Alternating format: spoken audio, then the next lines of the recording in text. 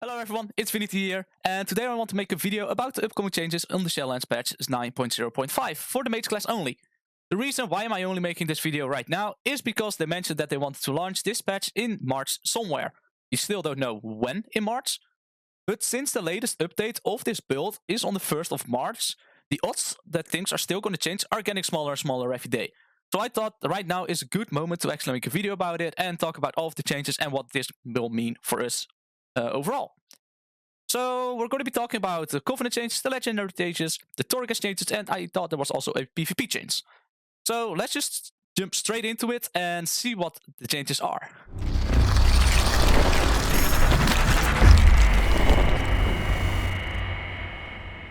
Alright, so first we're going to be starting off with the Covenant abilities. So the very first one is for Kyrian. Radiant Spark damage will be increased by 20%, so it's just a flat out 20% damage buff to this ability. Not to confuse it with the increased damage dealt from the direct spells. No, it's only really the damage that Radiant Spark itself will do. So this won't really change a whole lot for PvE, but maybe for PvP, right? Since for PvP this ability was already pretty strong. And the reasoning why it is so strong already in PvP is the target takes 10% increased damage from your direct damaging spells, stacking each time they are struck. This effect ends after 4 spells. So basically, your very first spell deals 10%, then 20%, then 30%, and then 40% increased damage. Imagine you're just Radiant Sparking together with your Combustion, and your very fourth spell is going to be a Pyroblast, which will deal for 40% increased amount of damage. This can hit like a truck, right? And it also gets buffed now. So for PvP, this might actually become a viable option to run. But most of the PvPers are still using the Night Fae one at the moment, since they also raid, right? And for raiding, you just need to be a Night Fae Fire Mage in order to actually make it work, right? But for PvP, this might become really good, especially for Fire and Arcane. Don't really think it's going to be better for Frost, though. For the Necrolord, the Deadborn duration is increased to 25 seconds, which was 20 seconds before. And the spell power buff is increased to 15%, which was 10% first. This might change things, since the main issue with this ability is all of the other Covenant abilities, they are like a minute long cooldown or a minute and a half, right? Range Spark and Shifting Power is a minute, Mirrors of Thorns is a minute and a half, but the Deadborn one is for 3 minutes. So you're way more locked into a harder cooldown with this ability. I think this will change things around, especially for Arcane. I do have sims as well from the PTR on how it looks like at the moment. Especially for Arcane on 3 target cleave, this thing is going to become really nasty, right? Since you can Arcane Blast up to 2 additional enemies nearby, so you're able to just Arcane Blast 3 targets for 25 seconds straight, which also are increased by 15% from your spell power buff, right? So think about the very first boss in Theater of Pain. This thing is going to be ridiculous on that boss for Arcane. It's going to be amazing. The main issue is still for Fire, if you pick this one, your fireballs are cleaving, not your Pyroblast. Imagine if it was Pyroblast, so then your Combustion was actually going to be really insane, right? So your Pyroblast were going to hit off the targets with Pyroblast as well. And for Frost, you don't really cast Frostbolt a lot in AoE situations anyway. You're mostly using Blizzard together with Ice Lances, right? For the Splitting Ice. So this might only change a whole lot for Arcane, but not for Fire or Frost.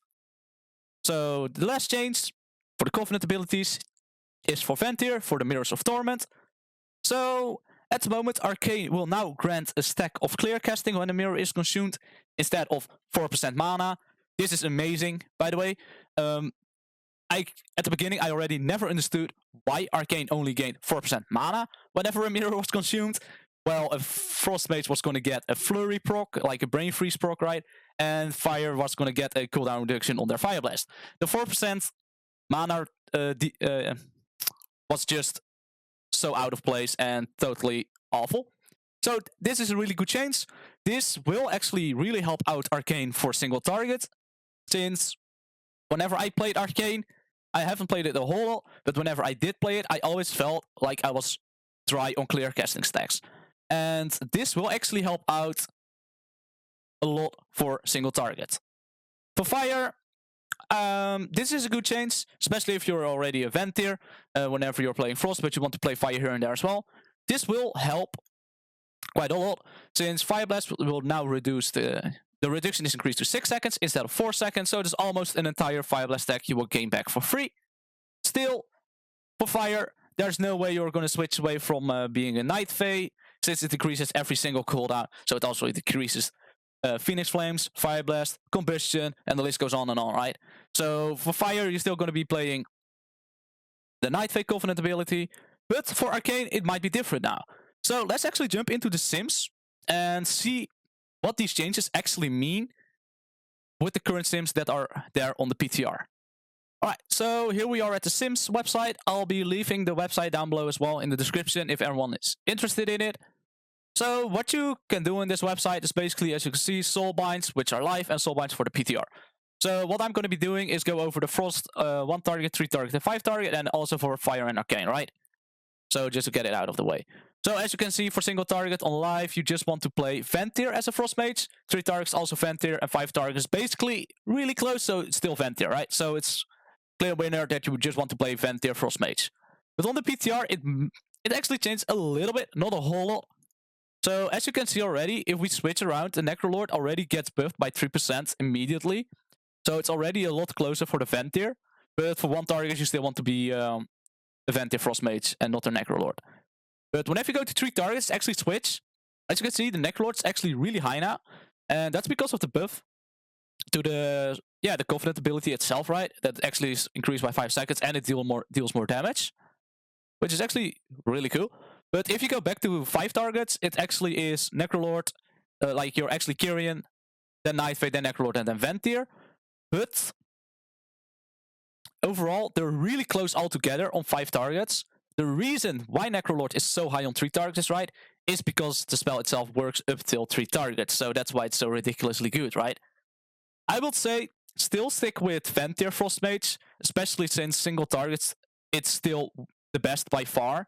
And on the AoE, like on Mythic Plus, you will not lose out a whole lot.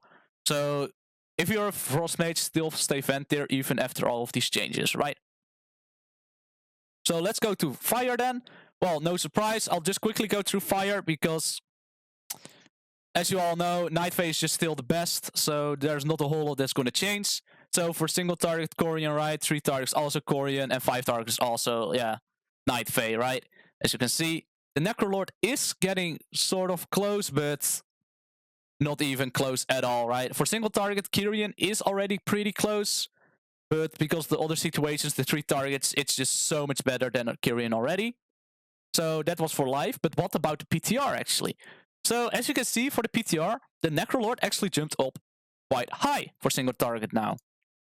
It's actually second, and the Kyrian is also pretty close. But Night Fae is still the strongest. 3 targets, same thing, Night Fae is still the strongest. 5 targets, Night Fae is still the strongest as well. But as you can see, the Necrolord is actually getting there, right? But still, if you're a Fire Mage, stick with Night Fae. That's what I will do, at least. But now actually to the one that's actually going to be changing the most. Arcane, right? Because of the changes, at the moment, on live, Night Fae is all what you want to be as a Arcane Mage. But the things, that's for single targets, right? But for 3 targets, it already was the Necrolord, purely because how well this ability already worked for Arcane for 3 targets, since it was making sure that the Necrolord ability made your Arcane Blast hit 3 targets in total. But back to 5 targets, it's Night Fae again, just because, yeah, it just really works so well as well with Arcane, with the cooldown reduction and everything. But as you can see, it's still really close. It's not like there's a whole lot of changes. But the most interesting is whenever we actually go to a PTR. So as you can see, right now it's Night Fae, but if we go to the PTR, it's full on Ventir. This is purely since now you're going to be able to get a clear casting stack instead of a mana back, which is just, I never understood why they actually made it. But as you can see, single target, you actually really want to be a Ventir now. Just look how much better it is than a Night Fae. It's just a flat out 4% stronger. So it's 200 plus damage that you will gain if you go Ventir. But for 3 targets, boom, Necrolord is the way to go. And that's purely how good the new Necrolord buffs are for Arcane. It's just you're able to spam Arcane Blast way better on 3 targets now, since it's just got buffed by quite a big margin. So, and as you can see, the Ventir one is actually pretty low on 3 targets. But whenever we go to the 5 targets, it's still the Necrolord, then the Night Fae, sorry, Kyrian, then the Night Fae, and very low, like in the middle, it's still the Ventir, right? So it's actually a really difficult situation for Arcane right now. So for one target, you definitely want to be Ventir, but for multi-targets, you definitely want to be a Necrolord, right? So you really need to look at what you want to do yourself in-game. Do you want to only mainly raid, or do you want to mainly do Mythic Plus? Since what I think what's going to happen, for a single target, for raiding, you're going to go Ventir, right? Ventir Arcane Mage. But for Mythic Plus, you most likely want to be a Necrolord, right? As you can see, it's just the strongest. But still, it also really depends, right? Since this is purely single target. But as you guys know, in a raid, there's not always a full single target fight. There's only really one at the moment. Well, 3 actually in the raid, which are Shriekbling, Hungering Destroyer, and Sludge Fist, right? Those are the only 3 bosses that Ventir will be better on with the upcoming changes. But what about the bosses that also have adds? Then I'm pretty sure the Necrolord will actually jump up to being the best one, purely because of it's able to cleave. Think about Lady Enerva, think about Huntsman, think about Council. Well, Council is mainly single target as well, but think about Side the Nexus with all of these adds as well, right? On the second intermission. And same thing with Stone Legion. So I think we're actually really screwed now if you want to play a spec. So if things keep as it is, Frost Mage, you want to be Ventir, Fire, you want to be Night Fae, and for Arcane, you want to be a Necrolord. So pick your poison, guys. Pick your poison, and you're going to have a great time of having the issue of you're locked into a Covenant and you cannot play another spec because of it. Which is really a shame. But it's pretty cool that all of them are viable. But as you guys see, I didn't really mention Kyrian at all. Kyrian is just sadly not strong enough if you compare it with any other, right? It's just not strong enough. But alright, that was the part about where I want to be talking about upcoming changes for Covenants. So like I mentioned, what you probably want to do with the upcoming changes. For Frost, you want to stay Ventir. For Fire, you want to stay Night Fae. For Arcane, you probably want to switch to Necrolord. Since the moment on one target, it might seem a little bit worse than Ventir. But the moment an additional target comes into the fight and you have that ability, Necrolord is going to be better than Ventir, I'm pretty sure. Since you're just going to be able to spam the living shit out of it with your Arcane Blast and cleave it down. And that's actually going to be really strong. Then again, take this with a grain of salt, guys, since it might not be the most accurate, right? And don't make any rational decisions about changing Covenants. But still, hey, this is what I think. And yeah. Basically, cool. All right, so let's actually go back and talk about the Mage legendary power changes. All right, so the very first change is going to be for Disciplinary Command, which is a buff. It will increase your critical strike damage by 20%, which was originally 15%. So it's a flat out 5% increased critical strike damage increase to this legendary.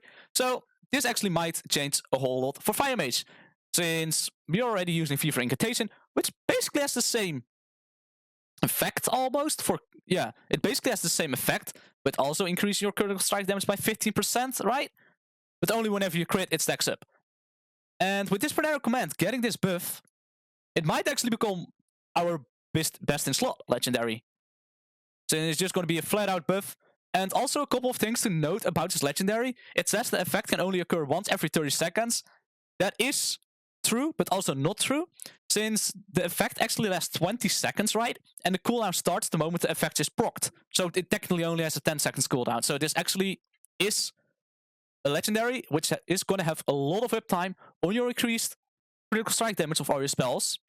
So this is probably going to become our best in slot. So the next one, the expanded potential. Procs are actually changed, that you're actually able to get 2 procs per minute instead of 1.6. This is not going to change anything. You know, it wasn't this or even close, so this won't really change anything. So for Arcane legendary power changes, the Arcane Harmony damage per stack is increased to 8%, which was originally 7%, and the effect stacks up to 18%, which was originally 15%. This can actually become giga hilarious for PvP, since you're able to stack it higher now, and it deals more damage. You might potentially get one-shot people now in PvP with Arcane barrets now, if it's fully stacked. So this is a really fun change, in my opinion, since you maybe are able to just one-bang people now in PvP, which sounds a lot of fun. And it's always great to have something that you can work around for PvP to make it just one-shot anyone. And it's in my opinion, it's kind of fun. So for the Fire Mage, so the Molten Skyfall now calls down a meteor after casting 18 fireballs or pyroblast, which originally was 25. This won't change anything at all. This wasn't really the best legendary out there either. Also not for PvP, since for PvP, right, it has the benefit of also hitting an enemy player, counts as double, so you technically only has to cast 9 fireballs to pyroblast. But the issue is, this binary command, Fever Incantation will just give out a flat out damage buff. But the thing, mainly, why this won't be used is the Blazing Barrier legendary, right? You're just so much more tankier with that legendary that it's really difficult for people to kill you. So you're never really going to swap out a really good defensive, since we do have the damage, right, as a Fire Mage. So you won't really switch around your legendary for PvP in the upcoming patch. So the other change as well for the Fire Mage legendary is the one for Sun King's Blessing. It will now requires consuming 8 hot streaks instead of 12, and it grants combustion for 6 seconds, which originally was 5 seconds. This is actually a really fun change. I wish this one's going to be our best in slot, because I think it's a lot of fun to play around with an additional combustion while we're already running down a 1-minute combustion, and it actually changes your playstyle, right? I think this is a really fun legendary, but sadly I don't think it's going to be up to par with what we actually need or what we want, because this binary command and Fever Incantation just basically increases our combustion damage by 20%, right? Almost, because increased critical strike damage, and since we always crit, it just it just buffs your combustion so hard. I do think this will really help the legendary, since most of the time you do consume 8 hot streaks in a combustion, or like you're getting close to 8, right? So after your combustion, maybe you have to proc it once or twice even. Then you can cast the Pyroblast in order to proc the Sun King's Blessing, so you get a combustion again for 6 seconds. I do think this is a really fun legendary, and I wish it was best in slot, because I think there's a lot of potential in this legendary, and I think it's a lot of fun to use. I played it around with it on the PTR a little bit, and I actually, enjoyed it quite a bit on how this legendary played out. But sadly, it's not going to be our best, which I'm going to be showcasing later as well, again, in the website with the Sims, right? And for the Frost Mage legendaries, so Cold Front now calls down a Frozen Orb after casting 30 Frostbolts instead of 60. Why are these changes like this, though? Like, I don't understand it, right? Like, so you basically cut it in half, right? That doesn't make any sense. Why would you buff it that way, instead of making it more attractive, making it do something else, or making it so it works better? Because the way how Glacial Fragments is at the moment is just going to stay the best for Mythic Plus, for cleave situations, because of just how much damage Glacial Fragments is going to do. This will depend, though, since it only deals an X amount of damage, right? It isn't a percentage. So Glacial Fragments might get outskilled later into the expansion, right? If nothing is going to change. So that might. But for now, even with this change, we're still going to be running Glacial Fragment for AoE. And we're still going to be using Slick Ice for single target. It's not going to really change a whole lot. Same thing goes for the Freezing Winds, since it now will trigger a Finger of Frost every 2 seconds instead of 3 seconds while your Frozen Orb is active. And like I mentioned before, this is going to not really help a whole lot, since Slick Ice is just by far the best one for single target, and Glacial Fragments is by far the best one for AoE. However, they never said anything about it, but what if we're going to be able to equip 2 legendaries? This might become a really good combo together, right? Since you're going to be able to cast you get a Frozen Orb for free, and then Freezing Winds will also make your Fingers of Frost trigger every 2 seconds. So this is a really cool combination if we're going to be able to run double legendaries, in my opinion. So for now, it's not the best, but then again, I don't know what the future is going to bring us, but we're probably going to stick the same legendaries as what we are at the moment for Frost. So let's actually just go over to the Mage Sims again and check out the legendaries on live, and then also for the AoE situation. Just as in the part what we talked about Covenant, we're going to be doing the same thing, but then for legendaries. So as you can see, for Frost single targets, it's still Slick Ice. by quite a big margin, right? So for single target, this is live, your Slick Ice, but the moment 3 targets gets involved, it's Glacial Fragments, and then 5 targets involved, it's also still Glacial Fragments by a shitload. So this is for live. So when we go to the PTR, Slick Ice is still the same. Cold Front is getting closer, but Slick Ice is just still the best. For 3 targets, as you can see, Freezing Winds actually gets really close to Glacial Fragments. It is really close, actually. But whenever we go to 5 targets, Glacial Fragments just wins out ahead, since it just is so good for 5 targets, since its target kept to 5. It's just really, really strong. So even with the legendary changes, we won't really change any legendaries in the upcoming patch. But maybe in 9.1 things might shift around again, because let's see if they're going to make a balance change in there as well. But for now, for Frost, you can just stick with your Slick Ice and your Glacial Fragments.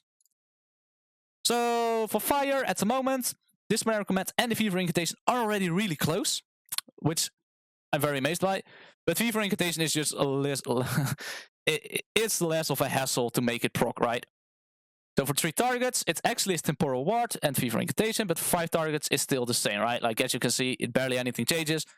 The reason why people just use Fever Incantation is because you actually need another class in order to make the Temporal Ward work. So you need to bring actually a Shaman in there as a healer, or you need to bring an NM Hunter that can use their Bloodlust instead of you. But otherwise, you're not really able to utilize this legendary, because you're not going to be able to Bloodlust whenever you want it again. So that's the reason why we want to, use Fever Incantation at the moment. But when we switch to the PTR, Disciplinary Command is the best single target legendary by quite a margin. It's by 3% actually. And as you can see, it actually increases the damage by 201 more for single target. So I tested it out as well in Disciplinary Command. Even though I was on the PTR, it did the same as Fever Incantation, but I had no UI. It was actually garbage, and I was still able to do the same DPS that I was doing on live.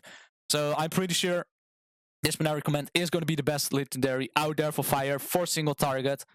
Same thing goes for 3 targets. As you can see, for triple targets, it's still better as well, and it's almost 2% more than Fever Incantation, and on 5 targets, it's the same.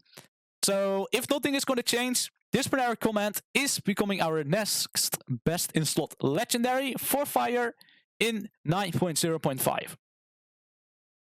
And this legendary is actually really easy to proc, because you guys probably know you need to cast an Arcane, Frost, and Fire spell in order to proc it.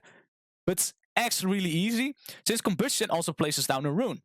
Rune counts as an Arcane spell. Combustion is a Fire spell, so that's already 2 of the 3 components completed. So the only thing you need to do now is either cast a Frostbolt or an Ice Nova in order to make the 3rd spell work. So what you can do, before the pull, you cast Frost Nova, Combustion, and then whenever you cast, right, you do your Combustion part, and you have the legendary effect for you. So it's not that difficult to proc actually, and it's actually really fast.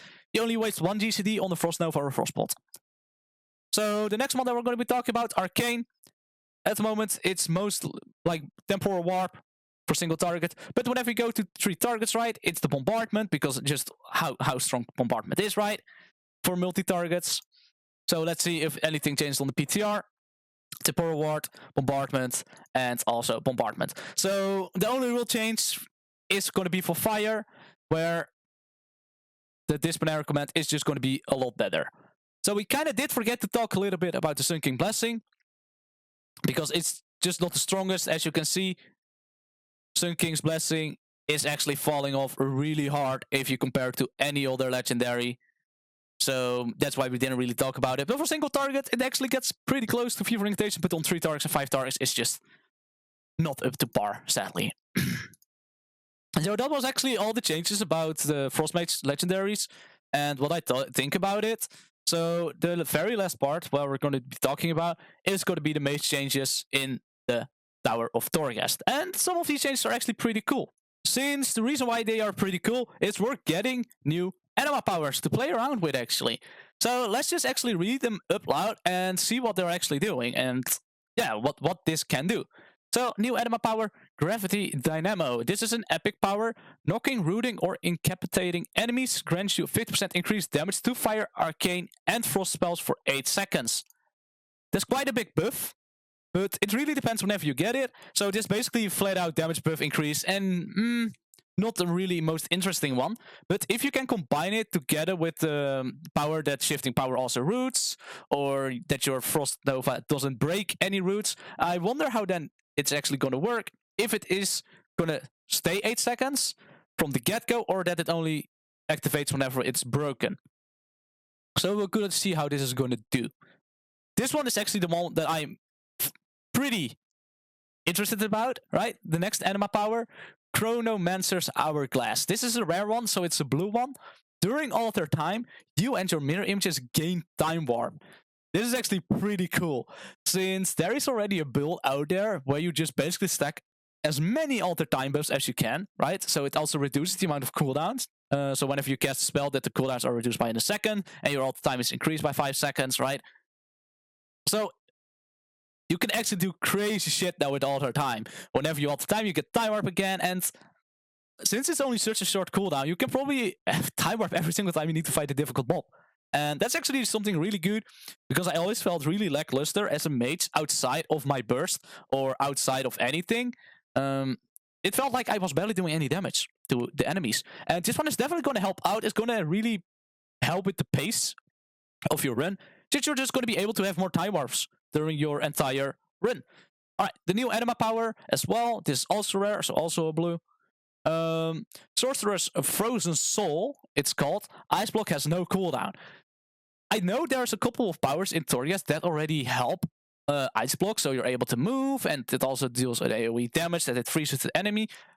This can help if you're having issues with survivability and you have the potency, the Endurance Conduit that makes you heal to 88% whenever you're in Ice Block. This can help quite a lot in your run itself, but you're still gonna have the debuff, right? That you're 30 seconds unable, or a minute, I can't remember at the moment, it's a minute or 30 seconds, that you're not able to use another Ice Block. So you do still have that issue, but it is pretty cool. It helps with survivability for sure, since you have more Ice Blocks available to use that you can do. This is probably stronger for Arcane and Fire, since Frost already had Cold Snap, right, to make sure that their Ice Block was going to get reset. So it is a cool one, and it definitely will help our survivability. Another power is Incarnator's Ward, an uncommon. So I'm pretty sure this is a green one. Yeah, I'm pretty sure this is a green one. Damage absorbed by your barriers grants up to 20% increased intellect based on the amount absorbed. Oh, that's actually interesting, right? So what we're going to be able to do, there is already a power that increases the absorption shield of your shields by 70%. If you stack that together with this, you're actually going to be able to do a shit ton of increased amount of damage. But the one thing that I do miss in the description is it only active whenever the barrier is active? Is the buff after the barrier is over? That is something I still really want to know, and it's something that can make or break this legendary, right? Since if you're just able to have this 20% increased intellect constantly with your shields, it might change things around. But then again, how will this work whenever we're stacking it? Since it absorbs by your barriers, grants you up to 20% increased intellect, up to 20%. So what if we stack? Is it going up to 40%? Stays at 20%? We don't know. We need to see that in live and see how that's going to work.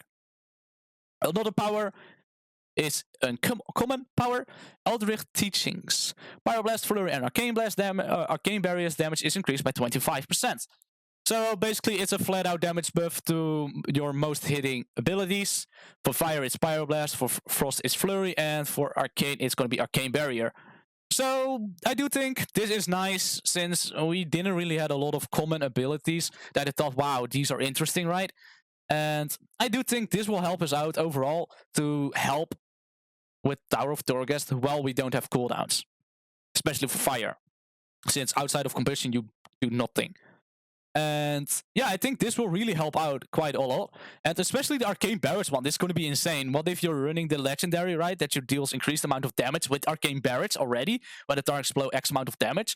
Or you're running the legendary that it increases the amount with the new change, right, to Arcane Harmony, that your Arcane Barrage is already increased by 8% times 18. So 80, that is 120 if I'm very quickly, or 140. Can't remember. I think it is 120% increased arcane damage on your barrage. Together with the Eldritch Teaching stacking, you're maybe going to be able to one-shot. If you have all of these things available, you're going to be able to one-shot bosses, and I think that's pretty cool. I think that's going to be really cool, and I like this. It might be really boring. It's just a flat-out damage buff, but it's basically a quality of life that even outside of your cooldowns, you're able to do something. So then a couple of things that got buffed or nerfed or reworked or completely removed, right? So the very first one we're going to be talking about is the Dimensional Blade. Will now grant 3 charges of Blink instead of refreshes your Blink cooldown. So that's basically this power, right? Normally, blinking through a Maul Rat will instantly kill it and grant you 3 extra charges to your Blink spell. It had a cap of 5 before, right? So it had a cap of 5. So you basically had 5 at the beginning. So whenever you kill a Maul Rat, you had 5 stacks of Blink. But now you will gain 3 extra charges on your Blink spell. So there should be no cap anymore on the amount of blinks that you can have. So if there's a room completely filled with a shit ton of Maul Rats, you might potentially get a shit bonkers amount of blinks ready for the next room. So you can just blink, blink, blink, blink, blink, blink, blink, and boss kill it. So I do think there's also a mirror images build, right? That whenever you blink, your mirror images also spawns. So this can be really cool. It can make a blink mirror image build with alter time warp going on, everything, and empowered mirror images. So I think we are actually getting options to play with more different kind of builds with these changes. So that's pretty cool. All right, so the next one is Seraph Prism. Now summons 2 additional mirror images per stack instead of 1, and is now a common rarity. So instead of being a green one, it's now a common one. So you're probably likely to get this one fairly often. And instead of only summoning 1 mirror images, it's going to summon 2 mirror images. So instead of 3, you're going to have 5, 7, 9, 11, 13, etc. And with this new power, Chronomancer's Hourglass, during all the time, you and your mirror images gain time warp.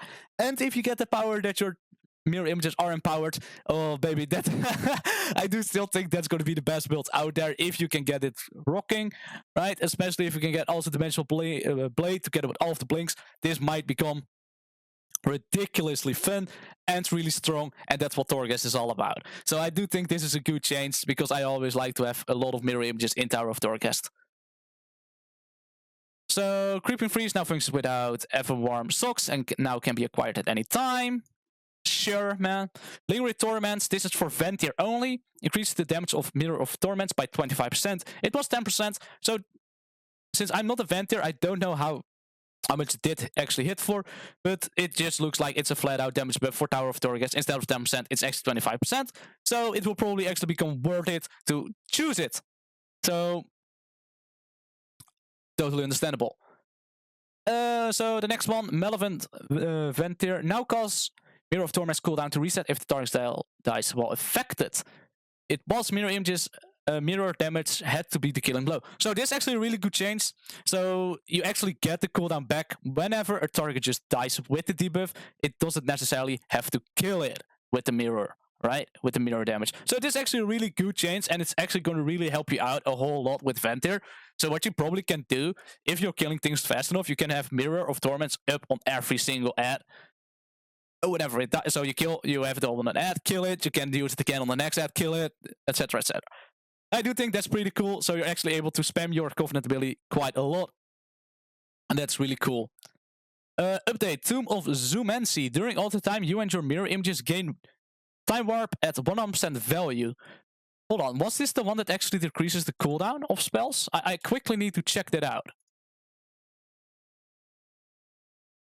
No, okay, cool. So they actually changed, because this was a power for Polymorph.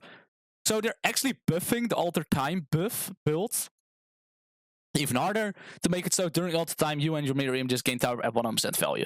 So this is just basically a change. I don't know what the difference is, because we do already get time warp, but maybe it's not full power in this one. But if you run together with Tomb of Zoomancy, you actually get a fully powered time warp. So that's pretty cool. So all the time builds are getting buffed. And sadly to say, the polymorph build is dead. They're removing every single polymorph power in Tower of Torghast. So no more explosion rats, no more polymorph builds. It's going to be out. It's going to be over. So basically, Maldo's Enchanted Cane, whenever you polymorph an enemy, you're going to be able to get a barrier, right? It had the 45 seconds, but it reduces the more stacks you had, right? The next one is a Polymorbid Red Liver. So you're not going to be able to polymorph any undead creatures anymore. This is gone. It's going to be removed. And the very last one is going to be Alluring Cheese. So your Conjure Refreshment also conjures Alluring Cheese. So, which can lure up to 3 neutral mall rats. Sadly, it's going to be removed. The spell that will make mall rats explode still exists.